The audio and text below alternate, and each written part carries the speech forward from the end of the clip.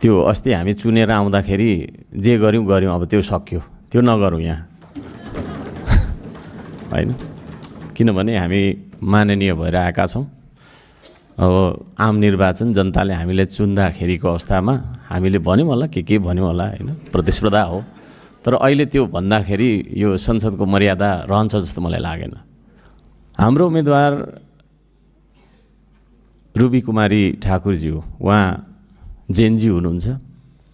यो सम्पूर्ण राजनीतिक युटर्न नेपालमा जे आयो त्यो जेएनजीको आन्दोलनबाट आयो। त्यसो भएको कारणले एउटा जेएनजीलाई उम्मेदवारको रूपमा हामीले अगाडि सारेको कुरा म यहाँहरू सबैजनालाई निवेदन गर्न चाहन्छु। अब हामी एउटा प्रक्रियामा जान्छौँ, घोषणा हुन्छ, त्यसपश्चात हाम्रो दलबाट उहाँ हामीले गुमाउँदैछौँ। उहाँ एउटा संवैधानिक पदमा, राज्यको साझा श्रम संस्कृतिको एउटा सांसदको रूपमा नभएर एउटा साझा अभिभावकको रूपमा उपसभामुख जस्तो गरिमामय पदमा रहेर निष्पक्ष ढङ्गबाट उहाँहरूले कार्य सम्पादन गर्नुहुनेछ भन्ने मलाई पूर्ण विश्वास छ। म चाहिँ भर्खरै दार्चुला गएको थिएँ, अलिकति असान्दर्भिक कुरातिर मोडिन्छु। अब म त्यो दार्चुलामा जाँदाखेरि म रोएर आएँ। म यहाँ माननीय मन्त्रीज्यूहरूलाई, विशेष गरी भौतिक पूर्वाधार तथा शहरी विकास मन्त्रीज्यू, गृहमन्त्रीज्यू, उहाँहरूलाई पनि एकचोटि त्यहाँ भ्रमण गर्नका लागि त्यो दार्चुलाको ब्यास वडा गाउँपालिकाको वडा नम्बर 2 को दुम्लिङसम्म पुगिदिनका लागि म अनुरोध गर्दछु यो रोस्टमबाट।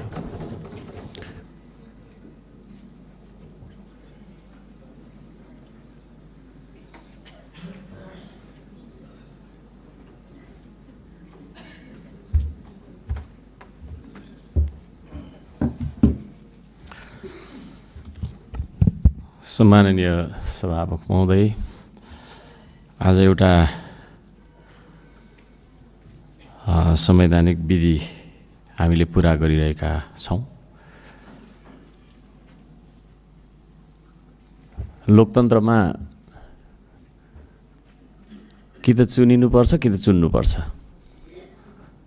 त्यसो हुँदाखेरि अब चुनिने अधिकारलाई प्रयोग गर्दै श्रम संस्कृति पार्टीले उम्मेदवार अगाडि हामीले सार्यौँ।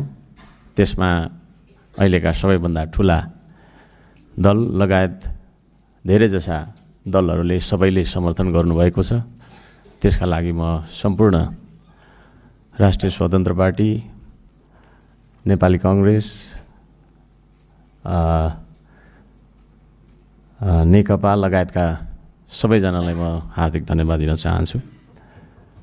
यो एउटा विधि हो, पुरा गर्नुपर्ने नै थियो। त्यसले गर्दाखेरि हामीले यसरी पुरा गर्दैछौँ। यो विधि पुरा गर्दाखेरि एकले अर्कालाई आक्षेप लाउनुपर्ने, त्यो अस्ति हामी चुनेर आउँदाखेरि जे गऱ्यौँ गऱ्यौँ, अब त्यो सक्यो, त्यो नगरौँ यहाँ होइन। किनभने हामी माननीय भएर आएका छौँ। अब आम निर्वाचन जनताले हामीलाई चुन्दाखेरिको अवस्थामा हामीले भन्यौँ होला, के भन्यौँ होला होइन, प्रतिस्पर्धा हो। तर अहिले त्यो भन्दाखेरि यो संसदको मर्यादा रहन्छ जस्तो मलाई लागेन। हामीलाई कसैलाई सिकाइराख्नु पर्दैन। यहाँ हामी आम जनताबाट निर्वाचित भएर आएका छौँ। त्यसो भएको कारणले त्यति सुझबुझ हामी राख्छौँ। त्यसले गर्दा कसले मलाई के भनेको थियो, कसले मलाई के अरे फोन गरेको थियो, कसले मलाई कहाँनिर औँला के अरे तपाईँको चाहिँ समाएर मलाई डोडाएको थियो भनेर हामीले बिलाउन गर्न उचित जस्तो मलाई लाग्दैन। म यहाँहरू सबैजनालाई सम्मानका साथ यो पनि आग्रह गर्न चाहन्छु, हामी यहाँ सबैजना माननीय हौँ। पूर्ववक्ता ज्यूहरूले कतिले हाम्रो माननीय रुबी कुमारी ठाकुरज्यूलाई रुबी बहिनी पनि भनेर यहाँनिर सम्बोधन गरेको मैले देखेँ। त्यो शब्दलाई खारेज गरियोस्। यहाँ कोही कसैको बहिनी, कोही नातिनी होइन, कोही बाजे, कोही मामा भान्जा भन्ने हिसाबले हामी यहाँ बोल्नु हुँदैन। यहाँ हामी सबैजना एकले अर्कालाई सम्मान गरेर माननीय भनेर एकले अर्कालाई बोलाइनु पर्दछ भन्ने म माग गर्दछु। र यहाँ केही पूर्ववक्ता माननीयज्यूहरूले ज्येष्ठ नागरिकलाई अलि अपमान गरे जस्तो होइन, एउटा खुट्टा कता एउटा खुट्टा कता भन्ने शब्द पनि प्रयोग गरियो, त्यो पनि नगरियोस्। हामी ज्येष्ठ नागरिकलाई पनि सम्मान गर्न सिकौँ। प्रकृतिको नियम हो, हामी जन्मेपछि हुर्कन्छौँ, बढ्छौँ, बुढो हुन्छौँ, मर्छौँ। त्यसो भएको कारणले गर्दाखेरि कसैको त्यो ज्येष्ठ उमेरलाई होइन अपमान गर्ने खालको शब्द आउँदा दिनहरूमा हामी सबैले उच्चारण गर्ने छैनौँ भन्ने मलाई आशा छ। हाम्रो उम्मेदवार रुबी कुमारी ठाकुरज्यू, उहाँ जेएनजी हुनुहुन्छ। यो सम्पूर्ण राजनीतिक युटर्न नेपालमा जे आयो त्यो जेएनजीको आन्दोलनबाट आयो। त्यसो भएको कारणले एउटा जेएनजीलाई उम्मेदवारको रूपमा हामीले अगाडि सारेको कुरा म यहाँहरू सबैजनालाई निवेदन गर्न चाहन्छु।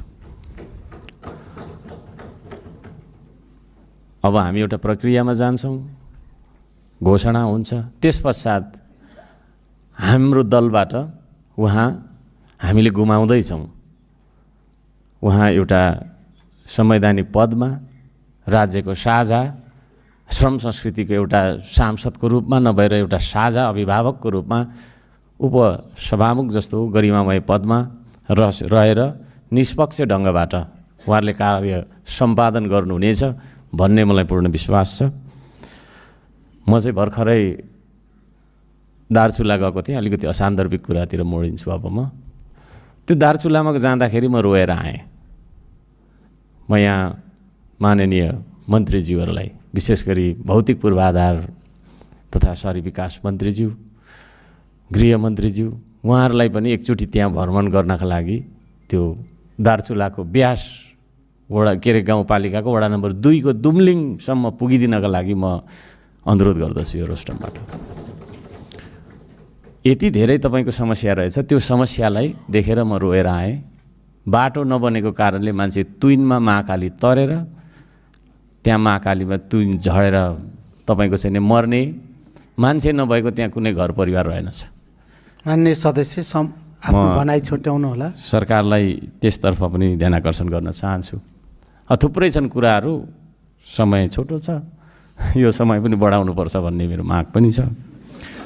र अर्को कुरा, पर्यटन तथा नागरिक उड्डयन मन्त्रालय मन्त्रीज्यूलाई पनि म ध्यान आकर्षण गर्न चाहन्छु। यो फ्लाइट ढिलो हुँदो रहेछ, हाम्रो जहिले पनि फ्लाइट ढिलो हुँदो रहेछ।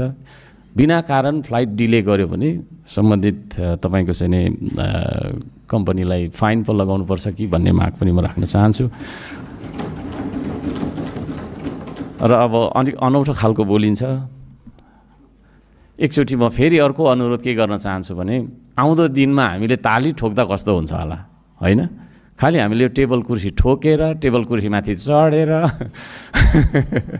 यो पनि अलिकति राम्रो देखिएको छैन। त्यसो भएको कारणले हामीले आफूलाई मन लाग्दाखेरि 2 हात हाम्रो छ, त्यो 2 हात बजाएर ताली ठोक्यौँ भने कति राम्रो हुन्थ्यो होला भन्दै सबैजनालाई फेरि पनि धन्यवाद दिँदै र दुवैजना उम्मेदवारज्यूहरूलाई शुभकामना दिँदै भनाइ अन्त्य गर्छु।